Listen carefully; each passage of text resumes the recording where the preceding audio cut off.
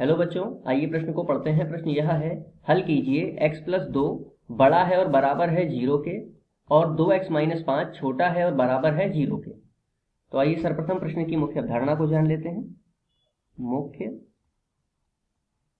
अवधारणा, देखिए यह प्रश्न असमीका पर आधारित प्रश्न है। असमीका को हम सामान्यतः समीकरण की तरह ही हल करते हैं। बस यह याद रखेंगे कि जब भी हम किसी माइनस के पद से दोनों पक्षों में गुणा या भाग करेंगे तो असमीका का चिन्ह परिवर्तित होकर के विपरीत हो जाएगा। आइए इस अवधारणा के आधार पर प्रश्न को हल करते हैं। देखिए पहली असमीका दे रखी है x प्लस 2 बड़ा है और बराबर है 0 के। यहाँ से यदि हम x का मान प्राप्त करें तो -2 को दाएं पक्ष में भेज देंगे, हमें प्राप्त होगा x का मान बड़ा है या बराबर है -2 के। एक तो x का मान यहाँ से निकल आएगा।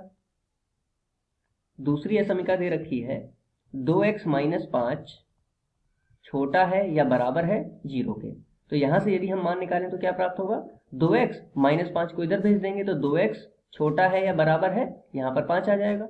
अब दोनों पक्षों में यदि हम 2 से भाग कर दें, प्लस का 2 है तो असमीका का चिन्ह परिवर्तित नहीं होगा, तो 2 से भाग करने पर यहाँ बचेगा 2x बटे x 2 यानी कि x बचेगा और यहाँ पर आ जाएगा 5/2।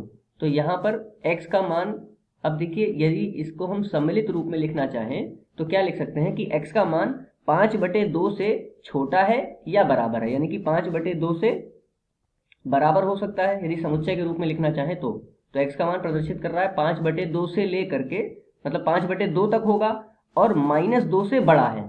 ठीक है, तो सम्मिलित रूप में सर्वप्रथम जिससे बड़ा है उसको लिख लेंगे तो x का मान प्रदर्शित करेगा, देखिए -2 से बड़ा और बराबर, तो -2 से हो गया।